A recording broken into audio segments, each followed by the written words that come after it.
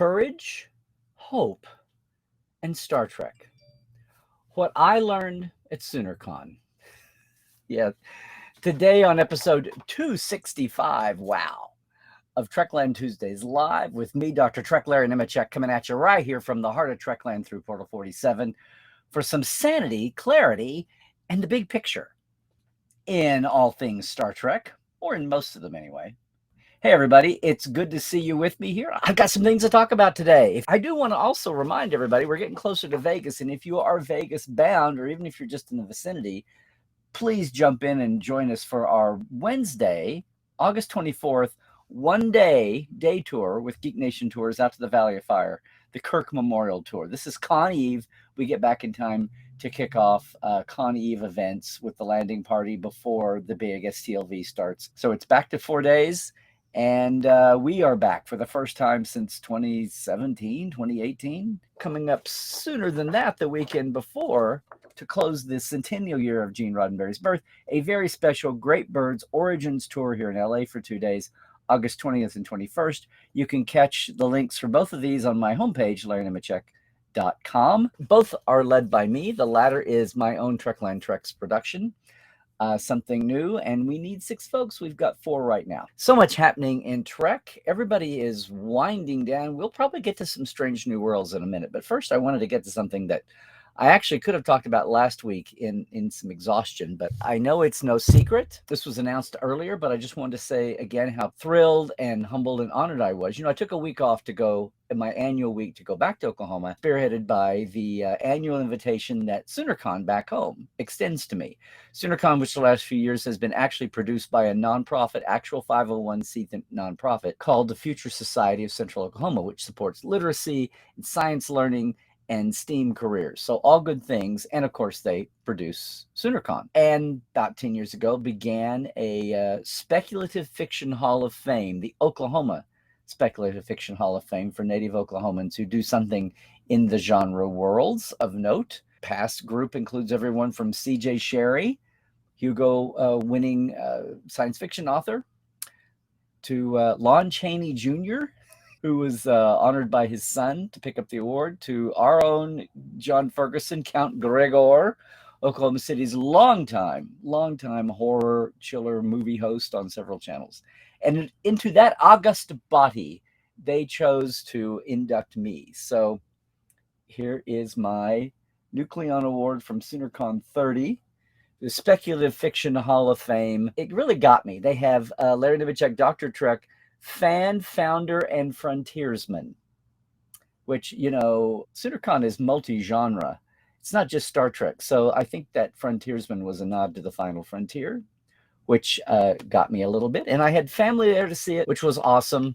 Not as much family as I would have liked due to COVID. I was very honored and thrilled and kind of gobsmacked even to get that live, even knowing it was coming. What it made me realize also was, well, one of the things that hit me, of course, as I do have a life beyond Star Trek, and one of the parts of my life that I love sharing with, not so much here, but with folks when they come to the park or wherever I can online, is my love of Will Rogers and his insight and wisdom and his multiculturalism and his timelessness, most of all, out of the aughts and teens and 20s and 30s, and what it can still help us with today as different formations have shown, from James Whitmore's one-man show to the Will Rogers Follies to we are in dire need of some new reinterpretation of Will Rogers for a modern 4K holographic social media audience world today. But something like the Speculative Fiction Hall of Fame for Oklahoma award came to mind was, I thought of Will in one point when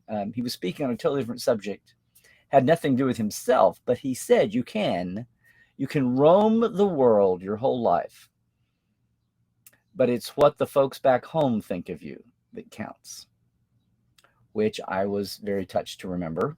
That kind of keeps me going in a lot of ways. And even though Oklahoma has not blessed itself, the people in charge of the majority, I know that a big chunk, including the SoonerCon fandom, are all very activist and progressive and basically trying to live for the final frontier. And what got me about the weekend, as I said, SoonerCon's not a Trek con.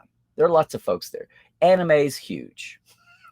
Young anime fans, and yeah, young anime female fans, young girls, young women are huge there. And one of my memories I will always take from this weekend was something that's come back to me in recent days while I was on the trip and since I've been back. I was watching outside in the hall of all things while the formal masquerade contest winners were being announced. There were a lot. They had several entries. They had several dozen entries, and there were at least over a dozen winners.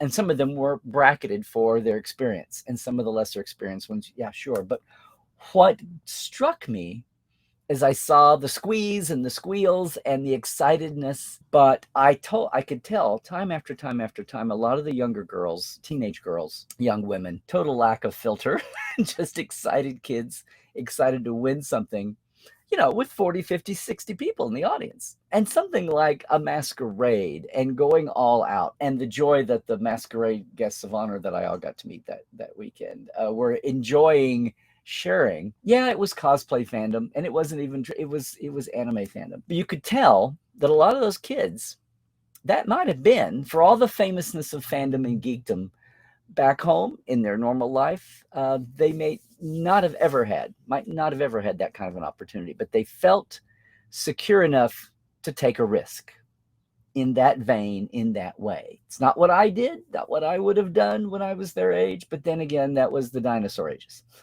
But in this moment, in the now, to watch right now, I saw a bunch of kids, young people, young adults, taking a chance, finding the courage to get up on a stage in front of people, to do a costume and risk the critique, hopefully in a friendly atmosphere, much less the weirdness of the greater world, but at least in the confines of a con, even to risk the critique, to risk themselves, to find themselves, and to find their voice, and to find their courage. And I'm talking, this is such a micro view here of things.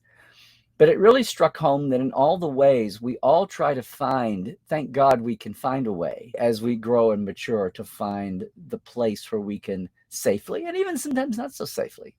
A risk is still a risk, even among friends, even among friendly faces. And that was about as inviting an atmosphere as you could be in.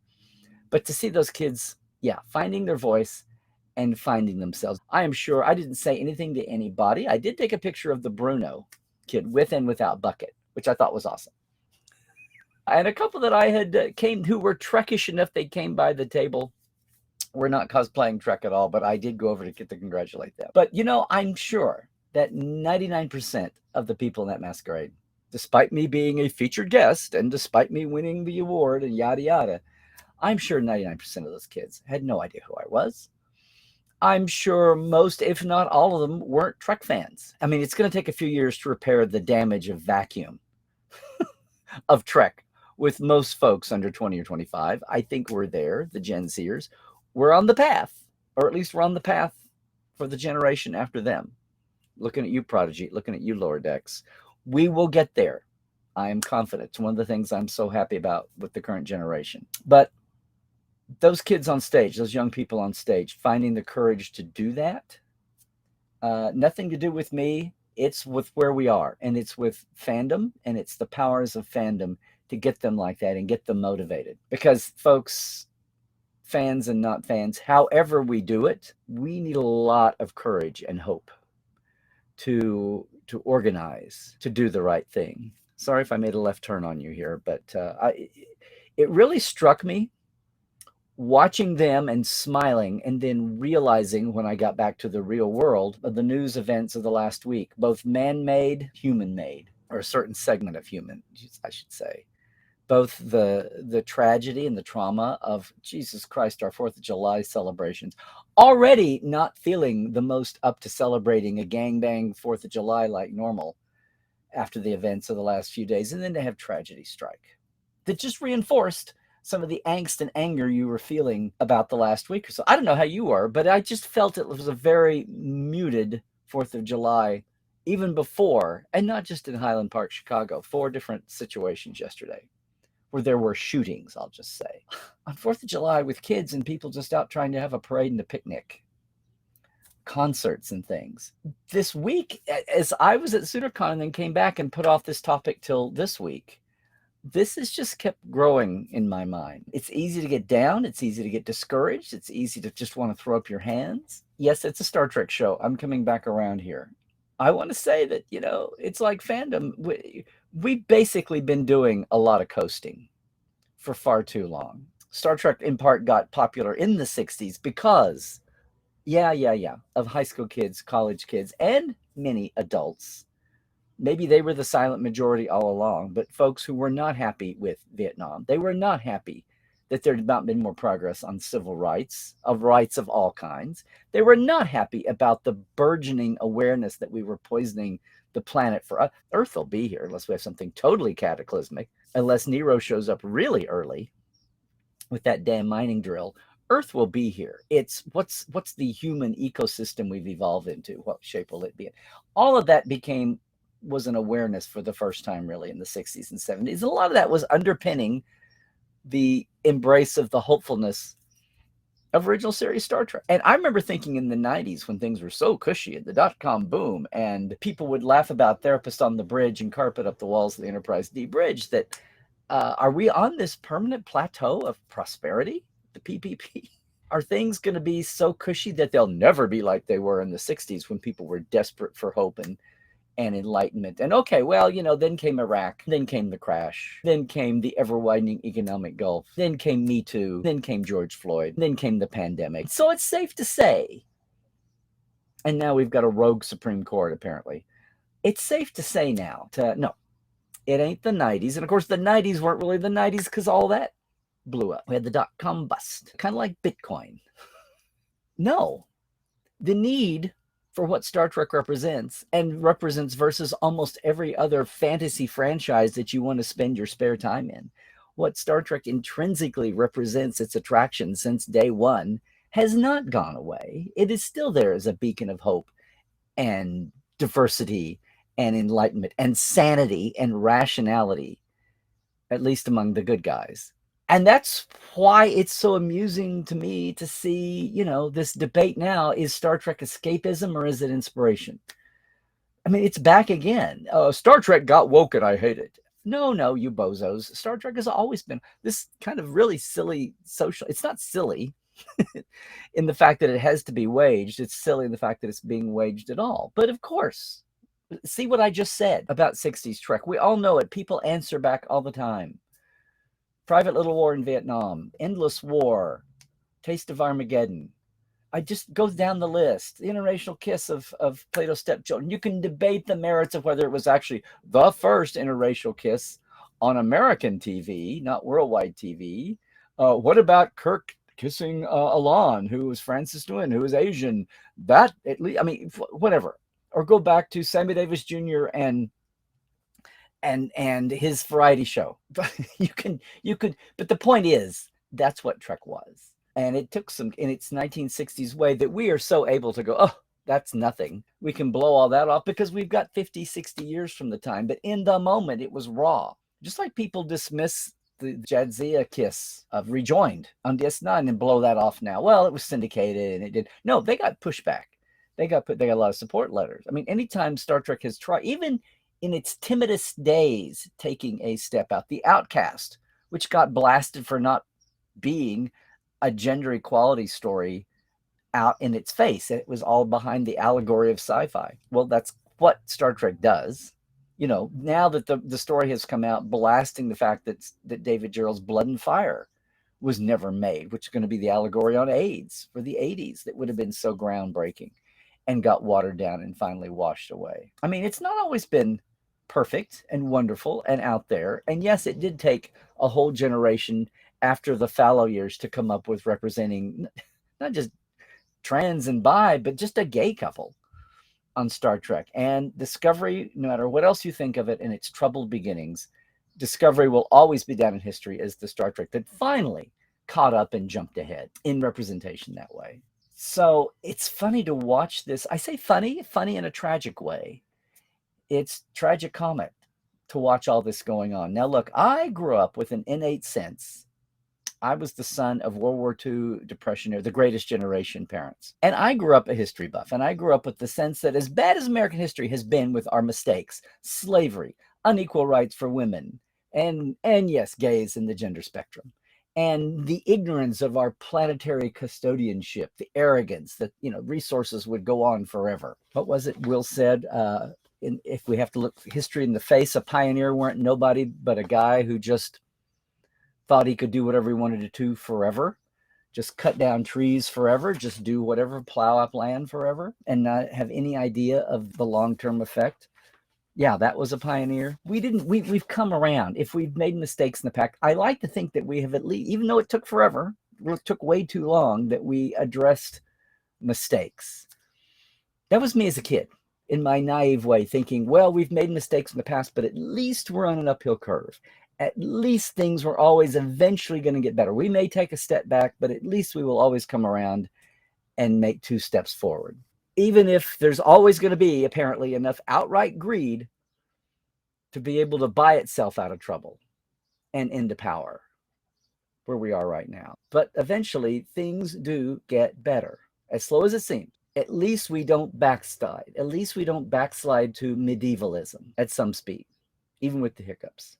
I mean, it has to, right? That is the promise of Star Trek, that despite our mistakes in Jesus Christ, despite World War III, much less the Bell riots, that we do get there. The promise of Star Trek is that we'll never have the premise of the show. Oh, it's cool being out here in space with all this cool gadgetry and tech and meeting other races, as long as we can make friends with them, if not at least outwit them until we can. That is the promise. That we can't do all of that in the future if we don't at least learn how to get off our own planet without blowing it up or blowing ourselves up. As the Strange New World pilot tried to set out, it's not just about the tech of going faster than light. It's about the maturity of doing it sanely and knowing how to do it. And yeah, it's been easy to be down the last couple of weeks. It's been easy to get down and say, oh, Jesus, do we have to again? Really? It's been easy to be down about some of these tragedies that popped out that feel like we should have fixed things ages ago. Why does this keep happening? Why does this keep happening? And now why are we backsliding? Well, we're being tested. I keep saying I would love to break Star Trek canon if it means we can avoid World War III. That's on in the future, and I may not be around to see that unless some jokester comes up with a human longevity experiment. And I too, like Admiral McCoy, get to be 137 and see cool things. But not so cool in Star Trek's canon case for my lifespan. But the Vulcans are supposed to be here in a few years. I always thought that deep down that that's one thing that Star Trek always had wrong, that as a planet of all these societies that really are just one, we've only had a few dozen people see the Earth as the blue ball, especially seeing it as a blue ball from out of orbit, as far away as the moon. Only 12 people have had that effect. And to see how tiny we are, there are no national boundaries. There are no racial and ethnic lines, gender lines. It's just us on the blue ball. And that's one of the things that Star Trek and that awareness can bring us. And I thought in real life we wouldn't get that until we finally had a sense of the real other. Don't get too carried away there, because the point of Star Trek is that there are no others unless they, eventually, even Klingons, maybe even Romulans and Cardassians, maybe even the Borg. But that we have to get our unity from a shared sense of being confronted by an other. It's so destructive here. It's being manipulated and used by so many here on Earth right now in this very secular, limited perspective vision of some, and the totally being swallowed up in it, falling for the manipulation of so many. On one hand, I always thought that it would take an alien visit. Hopefully, a benign one, not a destructive one. It would take an alien visit for the planet to finally figure out that it should be. And knowing some people on this world, or the power of some, the greed factor or the ego, would still be able to find a division point and try to divide and conquer, even confronted with alien life, intelligent life from outside. But I always thought that the road to our start, Star Trek has it where we're kind of united when the Vulcans get here. Although, again, it's the symbol of warp drive. It's the sign of warp drive. And that can be, as Strange New World shows, that can totally be misconstrued. Oops, we got here a little too early. And now these people are loose with the matter-antimatter technology. I'm just saying, everybody, It may not be the Vulcans that save us. As much as I would like to hope that that would be a magic wand, the Vulcans are whatever they may be, whether they're little squiggles in the sand like the ugly bags of mostly watercolors from home soil. I don't know. It's just a time right now where I'm really glad that I had the memory of watching those young kids run up on stage and claim their awards at the end of that masquerade. It showed me that people can step up, people can take a risk, because risk is our business. People can still find the courage, people can still be drawn by the positivism of whatever it is they believe in for good development. I mean, we kid about all of us being in the closet back in the old days, the geeks in the closet, and now how the geeks won and all that. And that's great. That's great. Heaven forbid there are many more closets to escape from over the years. And some folks are still dealing with the ramifications of being a late closet emerger, individually and as a group. So I'm not going to be arrogant enough to totally compare to those days, the geek culture, I should say. Well, I managed that just fine without suffering any slings and arrows. A lot of people didn't. And again, a lot more communities that were in the closet that have fought and struggled to get out for equality for the time. And I was just in a thread last night about somebody saying they wish things would go back to I mean, it was really a clamp down, little narrow-minded. It was almost sad. It was almost like somebody had just taken the screws to their brain and awareness even and just screwed things down. And you just wanted to say, we don't know what normal is until we can see it. And if people aren't seeing, the rest of us who are even potential allies have no idea what can be normal until we see it. Well, now we're seeing it. And most people get it. Most people get it. The loud and obnoxious, the loud and not proud are still fighting to put all that icky, spoiled toothpaste back in the tube. But once things are seen, they can't be unseen, whether that's the horrors of prejudice or the horrors of war. We've got to grow from that. And as depressing and gobsmacking as that is at times, that is why we have Star Trek. That is why we can cling on to the positivism and the representation. And I say that even as somebody, as I've admitted before, who took all that for granted and just enjoyed the coolness of the stories and the tech. But the coolness of the stories and the world building and the tech and the Imagineering, not Disney trademark, small I Imagineering, none of that takes away from what is still baked in the cake, still between the lines, still in the subtext of Star Trek, and still what makes it different from 3/4, 90% of all other genre fiction that people feel inspired by getting themselves lost in the world of the underpinnings of Star Trek, is still exactly what those kids on stage and all the shit man-made, whether it came from people in robes or people in blue jeans, wherever it came from, that is still what we're all about. And if today's little Trekland Tuesday Live has been a little bleaker than normal, I don't know what to tell you. Because as much as I appreciated, for the first time in 2-3 years, seeing my old homies and realizing once again that it's not just about old friends, veteran friends. It's about the new generation, the next generation, and stoking the hope and the courage and the risk in them. So this is not just a backwards looking moment for me and looking at things I've done with my life and the people I've worked with.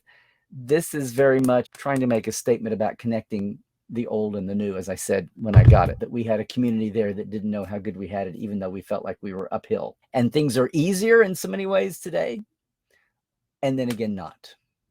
So I go back to the smile I had on my face watching those young masquerade winners as I think about what we're up against here with the world that we're living in now, and how it's a damn good thing we've got Star Trek. And if you don't think Star Trek is on Earth for that purpose, for you go right ahead. Maybe someday it'll dawn on you, but you go right ahead and enjoy it for whatever you get out of it. And maybe, just maybe someday it will dawn on you. Meanwhile, the other 80-90% of us who not only know history, but we can see what's right in front of our face, we'll get it and we'll keep using it for what we need it for. Escapism, yes, and inspiration. Why make a false choice? Take it for both. So yeah, if you wondered what I meant by courage, hope, and Star Trek, what I learned at SoonerCon, now you know. If you're watching me later on YouTube, this is short form, feel free. I say the chat. You've got the comment section there. Even in Facebook, please speak away. I hope I stirred up something. What I'm really hoping to do is I want to thank everybody who made this possible, all of our Patreons, okay? Diana Hopkins, Robin Wilson, Lawrence Todd, Anne Marie Siegel, Keith Rombach, Justin Porteous, Blaze K, Nathaniel Robinson, Andrew Jasimski, and Pranakasha Productions. Our live wires, Rusty Harold, Halbert Gunn Johnson, Robert McLean, Alan Hoensi, J.R. Poole, Byron Bailey, David Gregory, Gay Clevin Lundstrom, and Casey Shafsky. There you are, Casey. If you want to help us out with the live stream here, hopefully bring a little something that's not the same old as Trek, I've got a Patreon, patreon.com/Trekland Live. Very simple, $5 and $10 a month. We are getting their live wires to start sharing even more than I would have anyway of the interviews with you. We're refiguring things. Thank you all so much for your Patreon support. I don't try to make it a lot, but it really gets out there. And just because they've been so kind, I do want to remind everybody that, hey, Season 2 of Picard, with all the awesome production value behind it, and over an hour of bonus content, is coming October 4th. Amazon or wherever you prefer to get your discs of hard media. Again, if you're on watching me later, you don't get to see this. So join us Tuesday live sometime. Alrighty. And as I close out this first part, I just want to say thanks. Thanks to our Patreons again, and remind everybody that the Trek Files is up. We've got a new episode up today. It's the Trek Files on Facebook. Our documents, our actual files are there every week on Facebook, but you can catch the audio anywhere.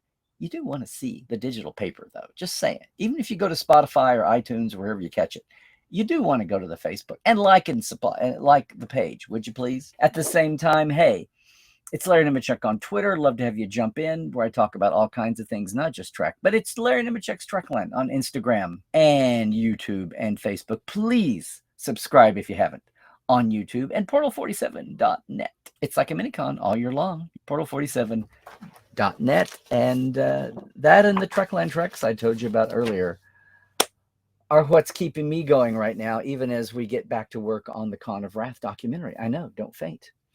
Hey, everybody, I'm going to leave you now, especially you folks here on YouTube.